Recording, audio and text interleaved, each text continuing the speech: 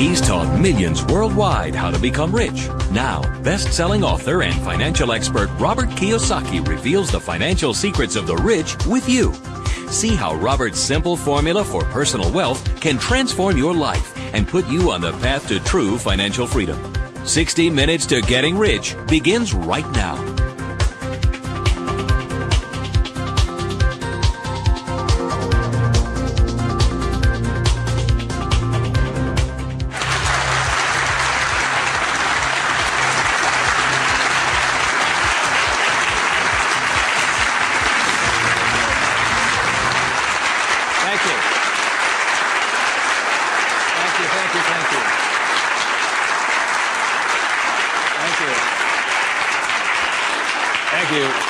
You're very kind. Thank you very much.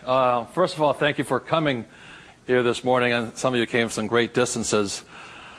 I remember every time I do a talk, I'm always worried that people won't show up, and so my ego couldn't handle the blow. So thank you for showing up, and I'll do my best to be of some value or entertainment today. First of all, how many people have had the chance to read Rich Dad, Poor Dad? Good. Okay, thank you. For those who haven't had a chance to read the book, I'll give you a quick background on the story. Rich Dad, Poor Dad is a true story, and it's based upon my two dads. My real dad was the head of education for the state of Hawaii, a very smart man. He was the boss and things like that when I was in school. And my rich dad was my best friend's father. And my best friend's father was a man who didn't finish school. He dropped out of school at age 13. But ultimately became one of the richest men in the state of Hawaii. Self-made, did it on his own, and stuff like that. So Rich Dad, Poor Dad is a true story of what two fathers tell their two sons, my best friend and I, about the subject of money. And as the the positioning statement of the book says, what the rich teach their kids about money, that the poor and middle class do not. And as we all know, for the most part, we learn very little to nothing about the subject of money in school. And so what we learn about money oftentimes is handed down from parent to child. And those are the ideas that we have relative to the subject of money. So my rich dad was a man who, he was my best friend's father, like I said, when you look at the white sand beaches of Waikiki and the hula girls and the palm trees, my rich dad was the guy that owned the land underneath the hotels. And my poor dad, I call him my poor dad, although he was a high-paid government official, and I do mean high-paid. He made a lot of money. In fact, he made much more money as far as a salary and paycheck goes than my rich dad. And so the story is really what my rich dad taught me as compared to my poor dad. And so what we're going to be going over today are some additional ideas and thoughts and information that may assist you in getting wealthier, easier, quicker. How many people would like to get wealthier, easier, and quicker? Good. Thank you. So in contrasting them, most of us have heard, like my poor dad, very middle-class man, smart man, but he had middle-class ideas when it came to money and values. And he always said, son, our house is an asset, and it's our largest investment. And my rich dad would say, here I'm 9 years old. I go, okay. I got it, Dad, I got it, right? And then I would go over to my rich dad's house, and I would say, my dad just said, our house is an asset and our largest investment. And my rich dad would say, well, that's why your old man's not rich, is because your house is not an asset, and if it's your largest investment, you're in really big trouble. And that's when the contrast that started to hit me. And then my poor dad always said, do you think money grows on trees? And his favorite words were, I'd say, Dad, let's buy this. He goes, I can't afford it. And my rich dad said he forbade his son and I from ever saying the words, I can't afford it. He said, the moment you say you can't afford something, it becomes true. So the power of the spoken word or your thought has the ability to become what you think is real in the world. So if you say, I can't afford something, that becomes your real world or reality. And what my rich dad said instead was, instead of saying I can't afford it, simply say, how can I afford it? Or in school a lot of times, I'd say, hey Dad, guess what, I'm going to be a millionaire. He goes, you can't do that. And my rich dad said, never say you can't do something. Ask yourself, how can I do it? And he said, and just in the switching of those words, if you say, how can I afford it, your mind opens up to the possibility. And your mind then has to go to work. This is your single most powerful tool you have is the brain. But if you say, I can't afford it, then the thing goes to sleep and it sits there, goes dormant, and doesn't have to do any more work. You're the one who's doing the work then. So those are some of the subtle, differences. My poor dad, the school teacher, the head of education, always said to me, he says, son, go to school, get good grades, get a safe, secure job, high-paying job, and work hard. And my rich dad said, that's a good idea if you want to work hard all your life. He says, but if you want to get rich, you have to learn how to have money work hard for you so you don't have to work for it. And you also have to learn to buy companies. Don't be the guy applying for the job, be the guy that's handing out the job. But I want to give you something I rarely say to people, is that there was 3 main points that I think made a difference in my life. And point number 1 is that I realized very early on in life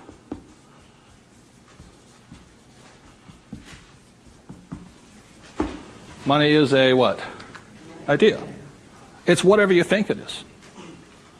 Now, when people say, well, how can I get more money? I say, well, just first change the way you think. Change your ideas. Now, that's the good news. That's all you have to do. I realize when I talk to people about money, I'm slamming straight into their ideas. And, a lot of times with money, there's several subjects you don't talk about at the dinner table: sex, religion, politics, and money, and whatever. And the reason for that is it's a very volatile subject. Whereas in my family, my poor dad, the school teacher family, was, I'm not interested in money. Money is not that important to me. I began to realize that was my poor dad's idea, it was his attitude. Whereas my rich dad always said to me, money is power. Money gives you power. Respect it. Treat it respectfully. So there's all these different ideas about the subject of money. The thing I hear people say is, I'll never be rich. And that becomes a self-fulfilling prophecy, you see. And that's why money, just as an idea, is so, so powerful. And when I talk to people, I oftentimes ask them, I said, what did your parents tell you about the subject of money? Because that becomes real. If you were told, go to school and get a job, see, many of us may not be in the same profession, but we're following the same path. And most people did not come from families that were rich. In America, less than 1 out of 100 people at age 65 becomes rich. In the richest country in the world. 1 out of 100. 4 become wealthy. I think 56% are dependent upon the government or a pension to take care of them. And they start going downhill. So what I had to do, what I'm going to be talking to you about, is I had to watch my ideas, I had to watch what I said, and I had to watch who was giving me the ideas. Okay? Because they're not the same. Like you go to one doctor and they say, eat a low-fat, high-carbohydrate diet. You go to another doctor, they say, eat a high-fat, low-carbohydrate diet. Somewhere you got to make your choice. Number 2, the thing that I learned by having 2 dads with their contrasting points of view, I realized this really early on.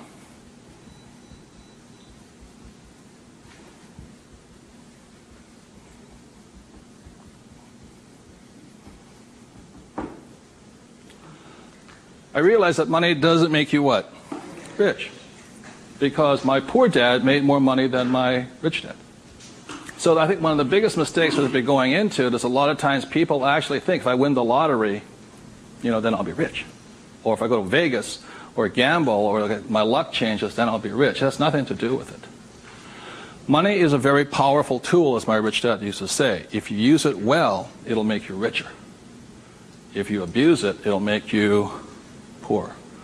So one of the big things that my poor dad made the mistake of saying, he always thought that if he got a pay raise, that would solve his money problems. And the trouble is, every time he got a pay raise, he got bigger problems. So it made him poorer and poorer the more money he made. Does that make sense, you guys? That was a very big problem with him. And then the third thing I realized by having 2 dads and having 2 contrasting points of view was that there's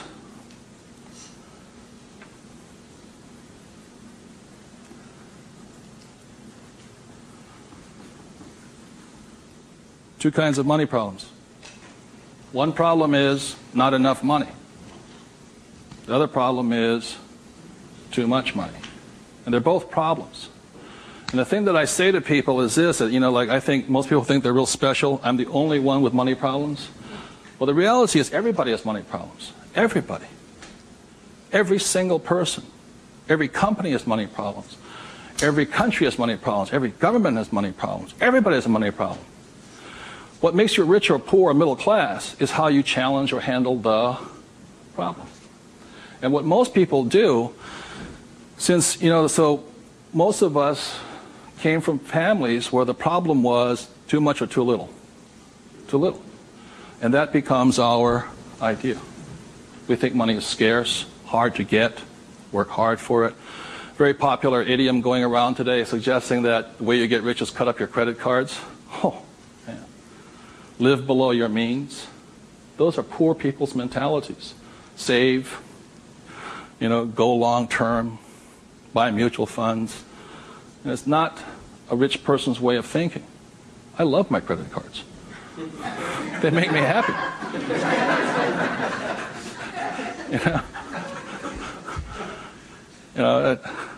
I drive, he says, drive a cheap car. I don't look good in a cheap car. I don't feel good. Now, the point I'm making here, again, there's poor, middle class, and rich. And very early on in my life, I really realized that being poor and struggling did not look good on my face. I did not like it. But I grew up in a family that if you were rich, the idea was that you were crooked, evil, not caring, inhuman, not generous, and all that stuff. So if I said I want to be rich, then I went against my family's values. It was tough having that. Now, the other thing I saw was that by my rich dad managing his money well and becoming a business owner and an investor, that he got richer and richer and richer. Then he had a different kind of problem. His problem was too much money. And my rich dad said to me when I was about 18 or 19 years old, he said, son, there's two kinds of problems. Not enough or too much. Which one do you want? And at that point,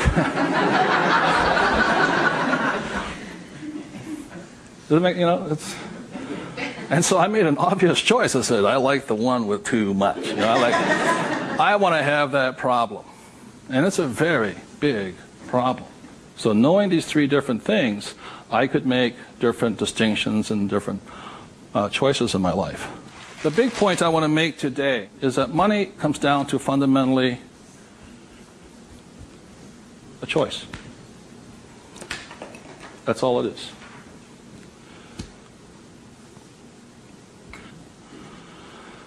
And so, as a young boy having two dads starting at age 9, I had to make a choice of which dad I was going to listen to. And it was a tough decision. Really, really, really hard because I love both men. Both men were big men. If there was a role model that they filled, they were tall, and they acted like John Wayne or Robert Mitchum, not Pee Wee Herman. They were big, strong, powerful, good, honest, hardworking men. I love them both. But their ideas were almost polarized, completely opposite. And that's why in Rich Dad, Poor Dad, in the book, I write that Robert Frost's poem, I think The Road Less Taken or The Road Less Traveled, I had to make a choice of which one I was going to listen to. Which one was I going to follow down the path? And I made that choice. And it was a hard decision because I had to go against my whole family's culture, beliefs, and they're all school teachers. When I came back from Vietnam, they said, I got my bachelor's degree. I got that Bachelor of Science. They said, now, son, you are going for your master's, aren't you? I said, I kind of doubt it. He said, but you won't get a good job. You get a better pay raise if you have a higher degree. I said, I'm not going to get a job. And it's hard. You sit at the dinner table and there's no conversation, Well, you going to get your doctorates? I said, well, if I'm not going to get my master's, I don't think I'm going to get my doctorates, Yeah, but you get a better pay raise. They came from the government model that it was not what you did, it was how high, what your degree was that you got paid by. And that's their reality. It's not my reality. So I had to make a choice. And the thing I say to people is that in many ways I'm more like my poor dad. You know, when I retired in 1994, sold my company and all this, I was set for life. You know, I realized that I'd been too much like my rich dad, and that I wanted to run the second half of my life more like my poor dad, but I was going to teach people what my rich dad taught me. And that was a decision I made. But the thing is, it's a choice. And my propensity, my natural inclination, my genetic makeup, my mental makeup is more to be poor. I have to fight my natural inclination to go for job security, to play it safe, save money, invest for the long term, all that other rot my father believed in. The point I'm making here is this: every morning I get up, I still make the same choice. Every morning I get up, I make the choice. Do I make the choice to be poor, middle class, or rich? And we all have that choice. You know, we have to, as individuals, make that choice. By the end of my talk today, you'll find out how easy it is to become exceedingly wealthy. But it's just a choice. Okay. So my intention is to maybe shake some of your core values. You know, think about the way you think, change the way you think. You may want to make some new choices and things like this. That's my purpose. So what I'd like to ask you to do is you find a partner. I'll give you about 30 seconds, and you can just talk it over. You talk about what your parents taught you, what choices you had, but more importantly, talk about this subject here. It's just an idea. What were some of the ideas you got from your family? The idea that you think you work harder and make more money, will that make you rich? I don't think so. And there's only two kinds of money problems. Which one do you want? If you're sitting by yourself, break out a notebook and just write down some of your thoughts. Because really, it's just your ideas that cause you to be rich, poor, middle class. So we take about 30 seconds and discuss with the person next to you some of these ideas. Thank you.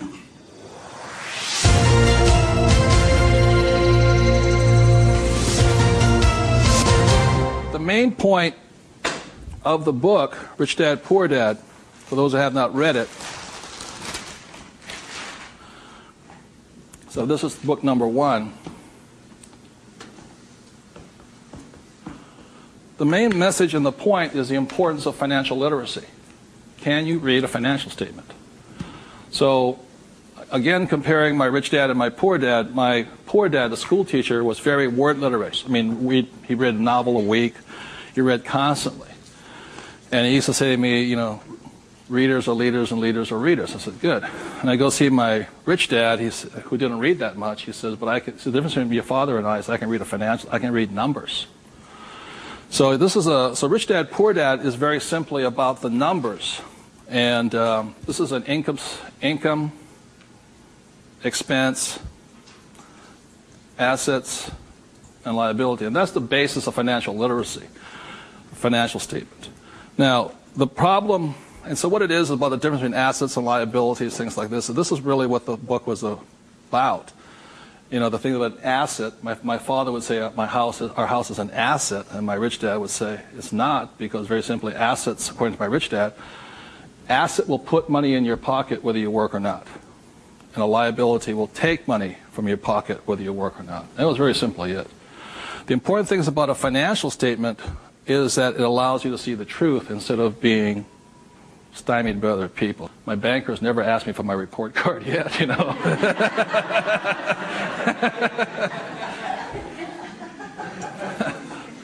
And what your banker asks for is your what? Financials. Because what a banker wants to see is your financial intelligence, not your academic intelligence. And both are important. Academic intelligence is important, you know, forever. But so is financial intelligence. So my rich dad said your financial statement is your report card once you leave school. And the problem is 99% of the people leave school and they don't have a clue what a financial statement is, much less what a checkbook is. You know, they know credit card, but they don't know much beyond that.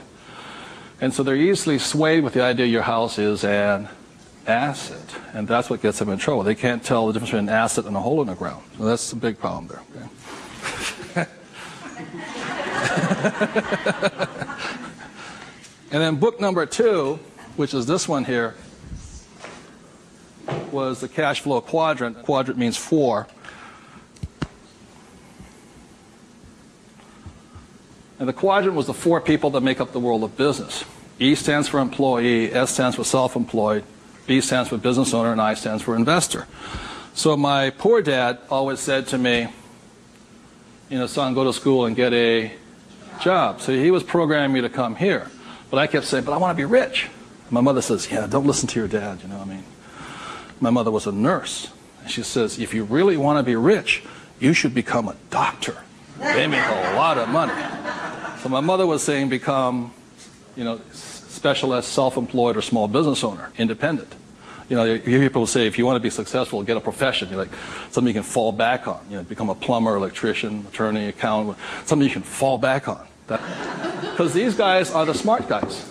These are the people that become doctors, lawyers, accountants, and they're really the brains of the class. My rich dad said to me, Robert, you make a lousy employee. You can't follow orders. You don't like sitting still. And you're not very smart. I said, right. He says, you'd be very good over here.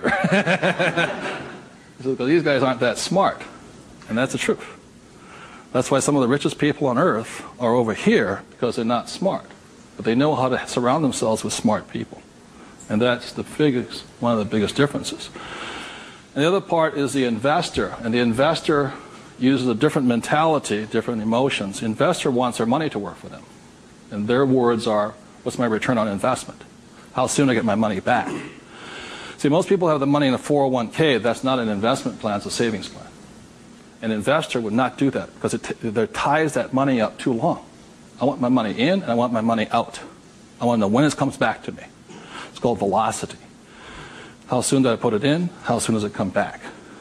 Savers put it in and they leave it there forever. It's a different value system. My rich dad said, you always tell an employee by their words. They use the same words all the time. So an employee will always say, I'm looking for a safe, secure job with benefits. Always. My rich dad also said you can always tell a self-employed person because they'll say such things as, I'm going to charge you 6% commission, like a real estate salesperson, or $100 per hour, or I'm going to charge you for the job by this much. So they go, for these people, time is money. And the business owner, what they say, I'm looking for the smart people, best people, I'm looking for the best system. They don't, because they want to move on and start another business. They want to have multiple corporations. Very big difference. An investor says, I want an ROI. Now, the theme song for the self-employed, the difference between a small business owner and a big business owner is very simply this. A big business owner, if they do the job right and build the company, they can leave. And when they come back, the company's doing better without them, more profitable because they have the bright people running it.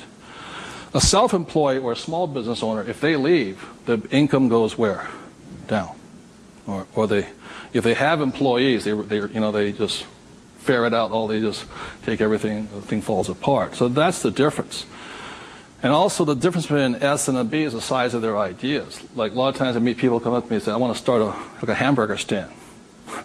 One hamburger stand, Whereas the same guy named Ray Kroc comes and says, I'm going to build a hamburger stand all over the world. Difference in vision, idea, and leadership skills. They're very, very different people. And the reason they're different is because emotions. This person here values, it's fear, so they want security. Security drives them hard. So they're fearful. This person over here is lack of trust.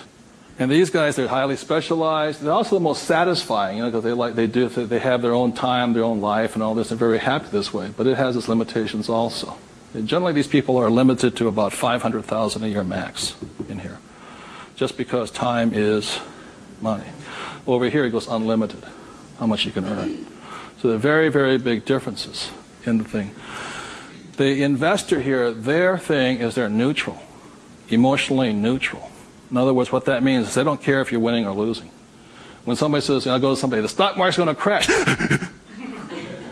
But mutual funds get wiped out. They're not neutral. They're reacting.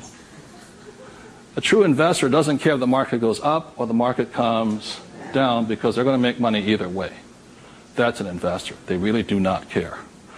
They know that losing is part of winning. It's called money management, how well you do that and all this. Very, very neutral. And this person over here, the emotion is patience. You have to be patient. These guys want to get paid now. These people may not get paid, I think the average is 3 years, right? They don't get paid. That's why the first question when somebody comes to ask me to invest in their company is, are you willing to work for free for 3 years? I go, no. I said, well, I don't invest with you. Because you're still thinking like this. So those are the emotional differences. Because today, just being an employee is suicidal. Today you have to be employee plus an investor. You can be self-employed plus investor. Okay, you have to be on both sides of the quadrant, is what I'm saying, minimum. Whether you're here, here, or here. If you ever want some time off, you have to be an investor today. So very simply on, starting from the age of 9 and 10, I started here and I stayed here. That makes sense, guys? I stayed here. Because this is my money working hard for me, so I don't have to work hard for money. It's a different point of view. They're very, very different. The rich have the best investments, number one, because they have money. People say, how do you find the deals? I say, get rich. Because if you have money, they come find you. It's really simple. The thing about this one here, the richest or the fastest game in the world played today, the way to get rich forever has been this one.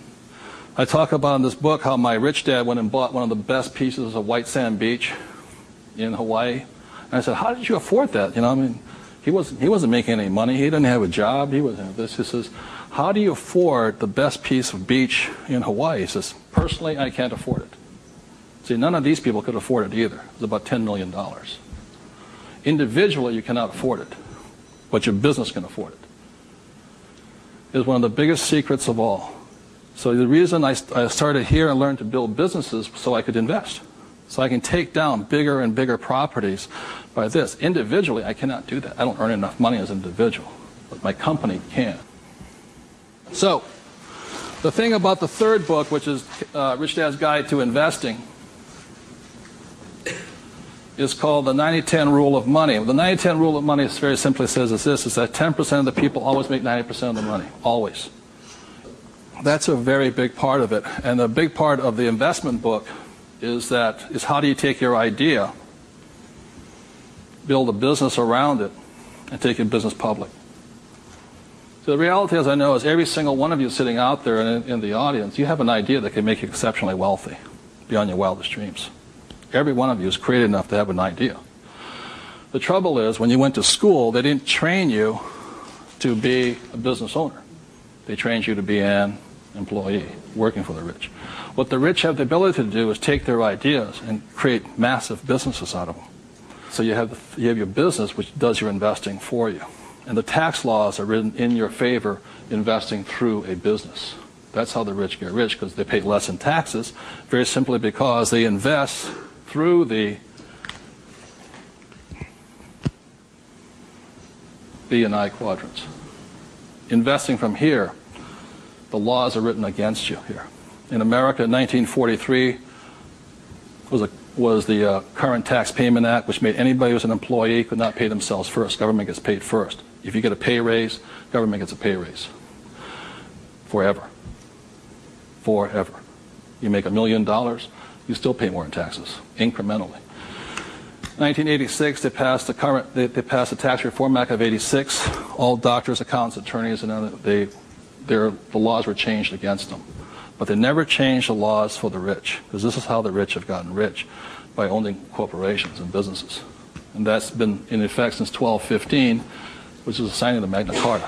So ever since, the thing is, you have to know, you want to get rich, you have to play by the rules of the rich, because the rich make the rules. And for the last thing I'll say about taxes is this. If you're an employee, the tax laws is that your financial looks like this. If you're a business owner, your financial looks like this. And the big difference here is this, is as an employee, your first line item expense is tax. If you're a business owner, it's the last. That is the biggest loophole ever.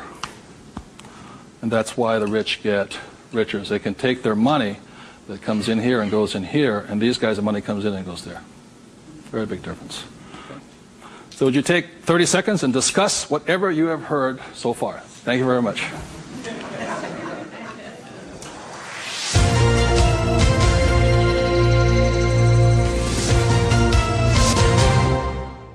one of the ways I understand that money does not make you rich, when I was in my 20s, late 20s and early 30s, I became a millionaire. And it went straight to my head. And, you know, when you have money, you think your IQ goes up. And in reality, your IQ goes down, you know. And it was fast cars and even faster women. And I was a millionaire. I was a bon vivant around Waikiki. Now, I don't regret a thing. It was a lot of fun. But the more money I made, the more stupid I became. Anybody ever had that problem? So that's how I learned. I made a lot of money, and it made me instantaneously poor because I still had poor habits here. You see this right here? This is financial literacy or financial intelligence. If you cannot read a financial statement, you cannot tell what's happening. You cannot read. And what you don't see here is how the rich make more and more money because of this one little loophole here. You know, that's my account.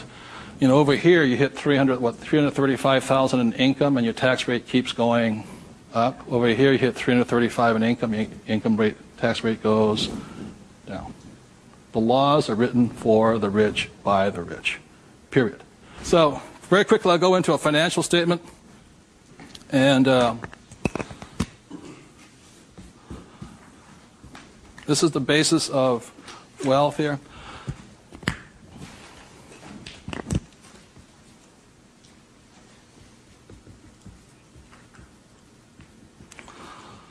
So what happens to most people is they say their house is an asset and all this. My rich dad said, your house is not, whether a house is an asset or not, has nothing to do with this thing here. It has to do with the most single important word in business, and that word is called, what's the word? Cash flow. It's cash flow determines it. So, very simply, when I was 9 years old, my rich dad said an asset is something that flows money into your pocket, and a liability is something that takes money from your pocket. Just because your banker or your accountant says your house is an asset doesn't mean it's an asset. So when I read a financial, I see something listed here, and then I see whether it lodges up here. Now, if it doesn't lodge up here, then it must be going this way. It's going out the expense with no income. Does that make sense, you guys here? That's a very simple way of looking at it. Now, taking it one step further, this is where the confusion sets in, is very simply because if you buy a house for, let's say, $100,000, and you get an $80,000 mortgage on it, you put $20,000 down, the problem is your house is listed both asset as well as liability, and that's where the confusion starts. It's listed in both sides, and that's the problem. So the thing here is this, and by the way, the word mortgage comes from the French word mortier, which means death. You know, so that means you're engaged until you're dead with the house, and it's staggering. So let's say you buy this little green house here. Okay. The way you know it's an asset or liability is, let's say I use it as a rental property, and after paying all taxes, you know, taxes, insurance, and expenses, and all this stuff, I make $100 a month. It shows up over here under income of $100 a month. Now, if let's say I have a tenant who trashes the place, doesn't pay me rent, takes me a year to evict the bugger, immediately that house becomes a what? Liability. So the house can be either asset or liability, but it's not because it's an asset or liability listed here. What determines if it's an asset or liability is income and expense. So what makes a person struggle financially is that what they do is they go out and buy a house, and they call it an asset. So you have a house mortgage over here. You buy a car, you call it an asset. You buy yourself a Gucci suit, that's called an asset. You get a gold watch, it's an asset, and all this. But they're really what? Liabilities. And so what happens is, I can tell if a person's rich or poor or middle class very simply by reading the financial. I can look at the financial and see this. If money's coming in and money's going out, this is the cash flow pattern of a poor person. It's not how much money you make. It's how you spend your money. I know a doctor here in Arizona, he makes over $500,000 a year. But he spends $525,000 a year. It comes in and it goes what? Out. He thinks like a poor person. Okay. The average middle class person, because they have a job and, you know, the bankers like people with jobs and all this, they get all this stuff. This is their cash flow pattern. They have huge long-term liabilities. They're illiquid. Okay? And this is the cash flow pattern of the great middle class who think they're rich. My rich dad said, just because you live in a big house, have a nice car, and wear nice clothes, doesn't mean you're rich. You could be broke, more poor than the poor person. So the difference was, for me, was that I spent my life learning how to acquire assets. So I don't need a job. The object was never to work for money. It was to learn to acquire assets that put money in my pocket, either stocks, bonds, real estate, businesses. So this is the cash flow pattern of the rich. The way to find out how rich you are is this: let's say you're married, husband and wife. If the two of you stop working, what happens? See, if my wife and I stop, income still keeps coming, because it's not dependent upon us working. The average person, all their assets, they realize if they stop working, are really liabilities. As my rich dad said, assets feed you if you stop working, liabilities eat you. And the reason they can't stop working is because the liabilities eat them. So the definition of wealth is how long can you survive without working? And it's measured in days or years in time. So when I retired in '94, my wealth was infinite. In other words, I always had more than enough money coming in that was greater than my expenses. And that's a way of thinking. Would you please take 30 seconds to discuss that thing on cash flow? It's cash flow that determines if you're rich or poor, okay? Thank you.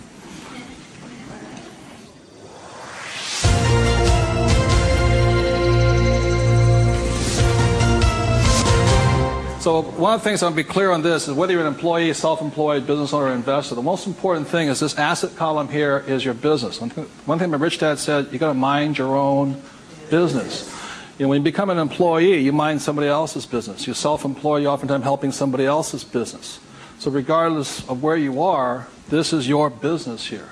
Like I talk about a rich dad, poor dad, you know, somebody says, what profession are you? What business are you? I'm a banker. So, well, what, you know, that's their profession. It's not their business.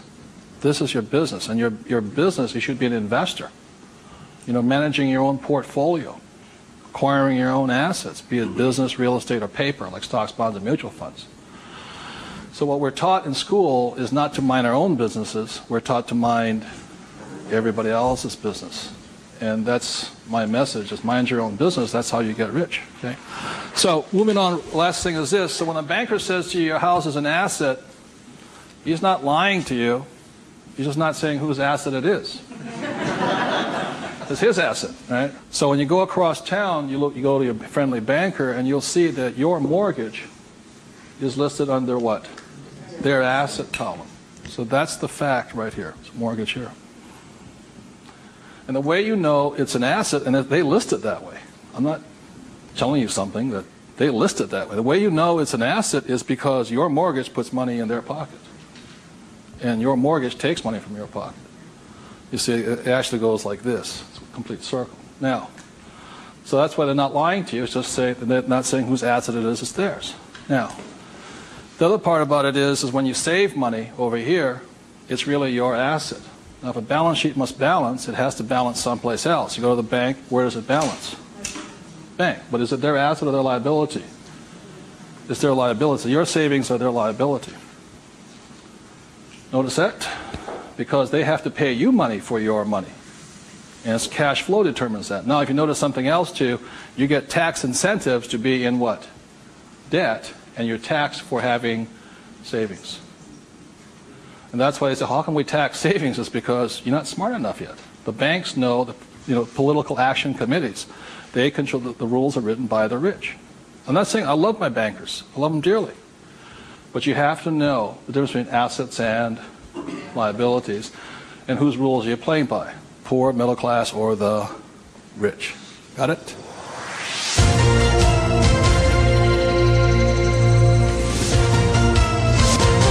I'm going to talk about a subject that's getting nearer and dearer to many of my peers' hearts lately.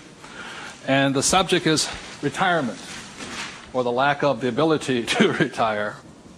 So I said the way I retired early has to do with the issue of this.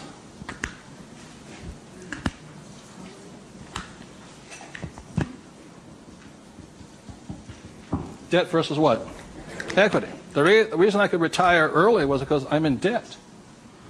I borrowed my butt off to retire early. The average person is going to take to 65, 75 as long as possible because they're trying to retire on what? Equity. In other words, they're going to try and use their hard-earned cash to retire, where I would rather use the bank's money to retire. So I am in debt up to my eyeballs. Because the reason is I know some of you out there, because I'm sure some of your parents told you to get out of what? Debt. Well, that's not that intelligent. Because you have to know there's good debt and what? Bad debt. And most people are loaded with what? Bad debt. And if you want to get rich, load up with what? Good debt. And the question I asked those bankers, I said, let me ask you this. How long would it take you to save $1 million? I'll ask you guys, how long would it take you to save $1 million? A couple of years at least, right? Yeah. How long does it take you to borrow $1 million? About 10 minutes. If you have good financials. And that's the difference. And that's the price people pay for not being educated in this world, to think that they have to work hard, save money, and finance your retirement on equity. I'd rather do it on debt. And the way I do it on debt is my banker will always lend me money on a thing called real estate. Always. They will not lend me money to buy stocks, but they will lend, even if it's, bank of what stock, their own stock, they won't lend me $1 million for 30 years at 8%. But I find a commercial building, $1 million, 8%, 30, they'll all day long. The thing that scares me right now is never have so many people in the history of the world bet their retirement on the stock market. And they've bet real money. Am I correct? And trust me, the market will crash. Always has and always will. Now, those taking deep breaths right now, it's because you're not, because that should be good news. Because if it crashes, that's when you get rich. But the people who have been trained to think of playing it safe and all this, they're going to be in terror. Completely different point of view. So the point I'm making here is this. One of the reasons I wanted to get educated, understand cash flow, play the game, was just so I could borrow money faster. When my poor dad always said to get out of debt. Debt was bad. So I just called, I just called my broker down the street here. I said, I need 2.4. He says, come in and sign the paperwork. That was it. 2.4 million, just sign. Now, because I can take that money and make 10 million out of it, the average person will go on vacation with it. Or buy a big house, or buy a boat. It's called fiduciary responsibility. If you can prove you know how to manage your money and you have the good financials, plus you have a couple of million in cash, they'll lend you all the money you want. Because they know my problem is too much money. And the reason I buy real estate is because I get more tax breaks. The real estate is a game of the rich, not paper. It's a really interesting world. So what I'm going to go into is how you can get to the point where you don't, I'm not recommending just go out and borrow today, especially if you have no education. I spent 40 years getting here to the point where I can call my broker up. Before, 10 years ago, I'd call them up and they'd laugh. How much do you want? But I took that as a feedback that I had to improve my financials. Does that make sense to you guys here? To the point where they would say yes. So the difference between my poor dad and my rich dad was this. My poor dad always said, get a high-paying what? Job. Big mistake. Because the trouble with a high-paying job is you get taxed. So my rich dad said, that was my poor dad, high-income job. That was the key to success. That's a very middle-class, pedestrian point of view. The rich know this. It's not how much money you make. It's how much money you keep. You've got to keep it. It is not how much you make. It's how much you keep. It's called the income to expense ratio. In other words, how much drops to your bottom line. Does that make sense to you guys here? Yes. How much drops? So the minimum is 30%. So you're making $1,000, the minimum that can drop is 30%. If you're not going 30% to the bottom line, in other words, this way, and you don't have to do it, I'm just giving you the ratios that work. If you have $1,000 coming in this way, then 300 needs to hit here somehow. That's the ratio. The average person, you know how much is hitting here? Nothing. That's why they're poor. They're making more and more money, a high-paying job, you know. I went to the university to get a high-paying job, and I'm now at GS-19, and I'm getting more money, but less is dropping here. Does that make sense to you guys here? Because they're buying more what? Liability. It's called the income-to-expense ratio. How much is dropping? That's what counts. I listened to Sir John Templeton. He said when he first got married, for every 1,000 that came in, 500 hit here. That's what makes the rich rich. It's not how much they make, it's how much they keep. It's a matter of focus. And my poor dad always said, I'm making more money. My rich dad says, I'm keeping more money. Big difference. Huge difference in long-term wealth. It's how much is hitting this here. So, the thing I have is an exercise that'll prove that anybody can be rich. And when I was a little kid, my rich dad gave me one of these. He gave me 3 of these little things. They're called what? Piggy banks. So if you want to get rich, go out and buy 3 of them. Okay? 3 piggy banks. That's all it takes to train yourself to think to be rich. Now, for every piggy bank, so you have 1 piggy bank, 2 piggy banks, 3 piggy banks. 1 is for saving, 1's for investing, and 1 is for tithing or charity. Very important to give. The decision you make today, I'm talking about choices. You can say, well, that's too simple, you know. But the choice you make is for the rest of my life, or for the next 90 days, whatever you can handle, how much am I going to put in each bank every day? Not once a week. Every single day. Because what you're training is your brain to think like and act like and be like a rich person. You're dropping it to the bottom line. So, let's say the most you can handle today, given your horrific financial brilliance, is $1. Good. Now, I don't care the dollar amount, but I do care that you do it. Just like going to the gym and saying, you know, today I look like a sumo wrestler, but tonight I'll look like Arnold Schwarzenegger. It's not possible, you know what I mean? It's not going to happen. So how many people right now could say for the rest of your life, with 3 piggy banks, you'll put $1 a day away per bank? Good, right? And it's not, and everybody can do it. But the problem is, most people won't. And that's the difference. But once it hits your piggy bank, it's yours for the rest of your life. You pass it on for generations. That's what the rich do. The middle class finds some cheap and tacky excuse to break the bank. Am I correct? You know, I got to spend this money. That was my poor dad. Well, if I make more money, I'll get a pay raise next year. Government, you know, be a GS-19.5. But they kept breaking the bank. Now, it has nothing to do with the dollar amount. It has to do with the habit, the way of thinking, that this is more important to me than eating. It's more important than my kids' clothes. More important than everything else is this. This is first. So start with $1. Everybody can do that. All it is 0 to go to 10. Now, at this point, people say, well, that's not that tough. Try $10 a day. Then you see some heartbeats. At that point, you're now at the boundary of what's possible for you. It's only a 0 added on to it. And you want to spend it. Now, if this becomes easy at $10, then just up it to, and you'll find your heart rate going up. So when people say, well, this is a simple exercise, I'm beyond it, then try going to, it is not the dollar amount. I mean, it's not the things, it's the habit. And you know you're a stud.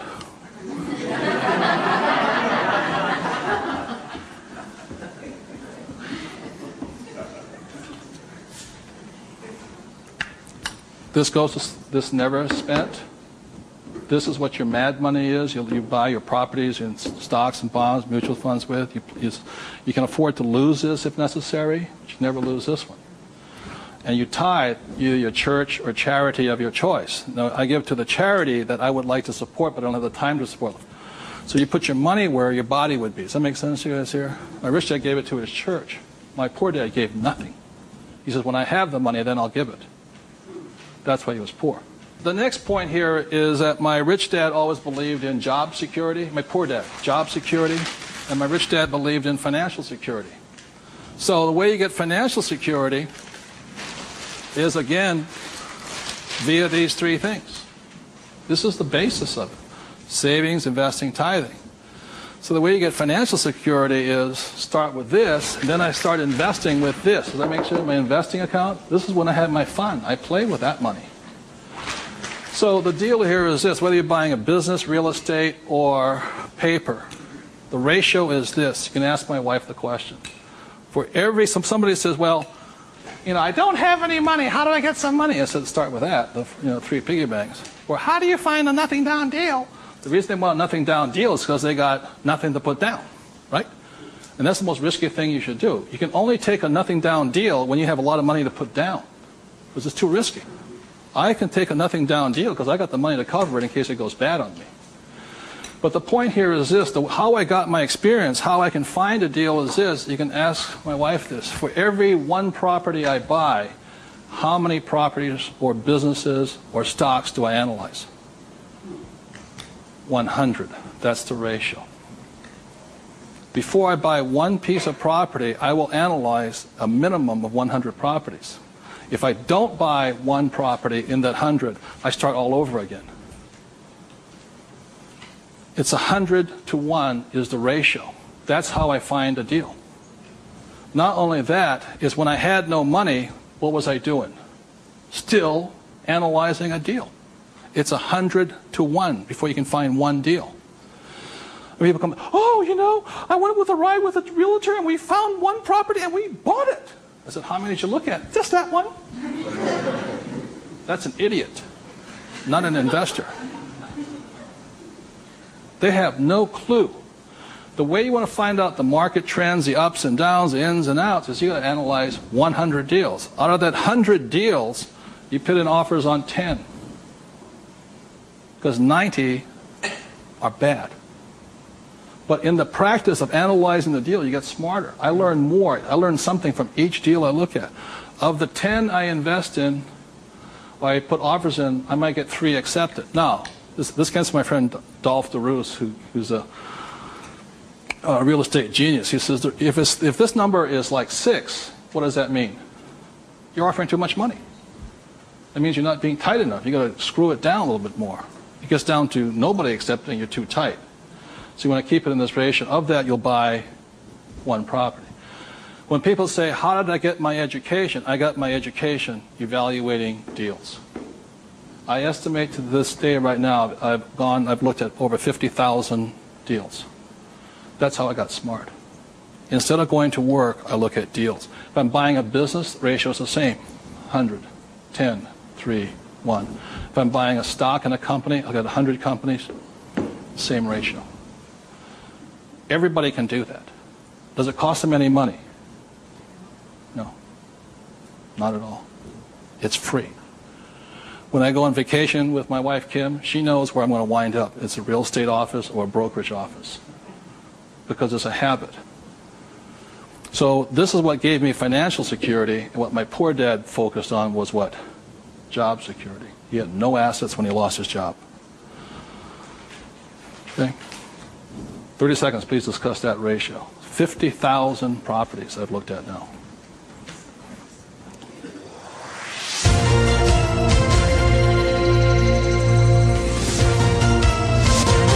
I'm going to do one last thing that, in my experience, keeps most people poor or struggling financially. So remember the 3 piggy banks? That gives you the money.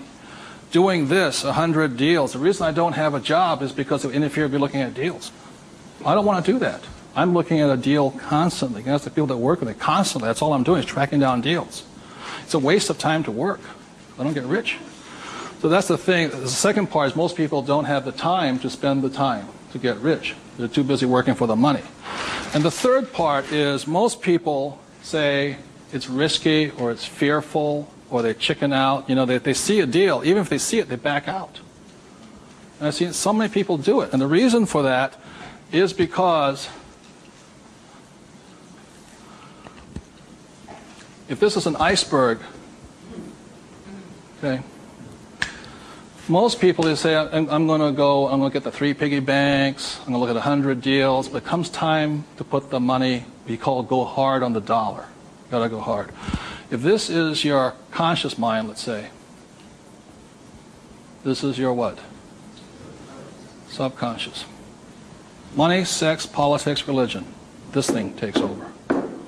I have seen people go, hey, I might lose money, when the stock market crashes, and what if this is bad, and I'm going to call my accountant, my attorney. This talks. I see him walk away from it. Well, I'll think about it. It doesn't cost you anything to buy a piece of property. Nothing. It costs nothing. It's called you put an option down on it. I sit there and say, we got $1 million. I said, here's a $20,000 check. Don't cash it for a week. I'll see you. I option it. Same as in the stock market. Option. I don't use the thing. It doesn't cost you any money to buy a piece of property. But people will talk themselves out of it. Instead of interacting, these guys are reacting. And it's really tough here in Arizona, or you don't know what it's like to be in New York. I'm going, it doesn't make any difference, because the problem is between your ears. Because the fears come up, they start talking. You can't talk to these people at that moment. They're like, and the reason is because of the magic word. What is it? Fear. And what happens to the average person, fear stands for false evidence appearing real. And what I mean by false evidence is that if this starts talking, they'll start gathering the evidence to make sure that it's real. Well, you know that most businesses fail. Let me show you the facts, and let me show you the stats. See, they're looking for all that false evidence. They'll validate, they'll justify it. They'll call their mother, their sister-in-law, their brother-in-law. Yeah, we agree with them. Am I right? They'll make it real. It's not real. Like, I got crucified that said, that the 9 out of 10 businesses fail. I said, that's correct. Most of them fail, but one makes it. I said, look, I failed twice. Twice I was part of the 9, but once I made it to the 10. The difference between you and me is you haven't failed at all yet. Yogi Berra once said the great thing about the National League is that if you strike out 7 out of 10 times, you're in the Hall of Fame. So the biggest mistake with my poor dad, my rich dad, this did his thinking for him. He could give you all the reasons why you fail. When I failed, I felt terrible for about a year. It was horrifying. I lost millions of dollars. Self-esteem, I was homeless again, on the street and all this. But once I got that back, I was stronger. Then I failed the next time. Well, but 6 months, depression. Third time I hit it. Difference is my poor dad said, you failed. My rich dad says, you haven't failed enough. There is a difference. And my rich dad also said, failure is part of success. People who avoid failure also avoid success. So your biggest expense is not what you spend. Your biggest expense is the money you're not making because you're afraid. So the thing that my rich dad taught me very early on, called fear.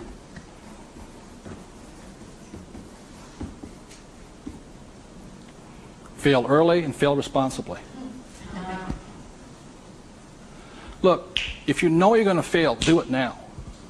Don't wait. Because each time you make a mistake, you get smarter if you do it responsibly. So the thing that I do is when I fail, I go, like I said to my investors a couple of 4 years ago, I said, I need to raise $3 million. The chances are we're going to fail.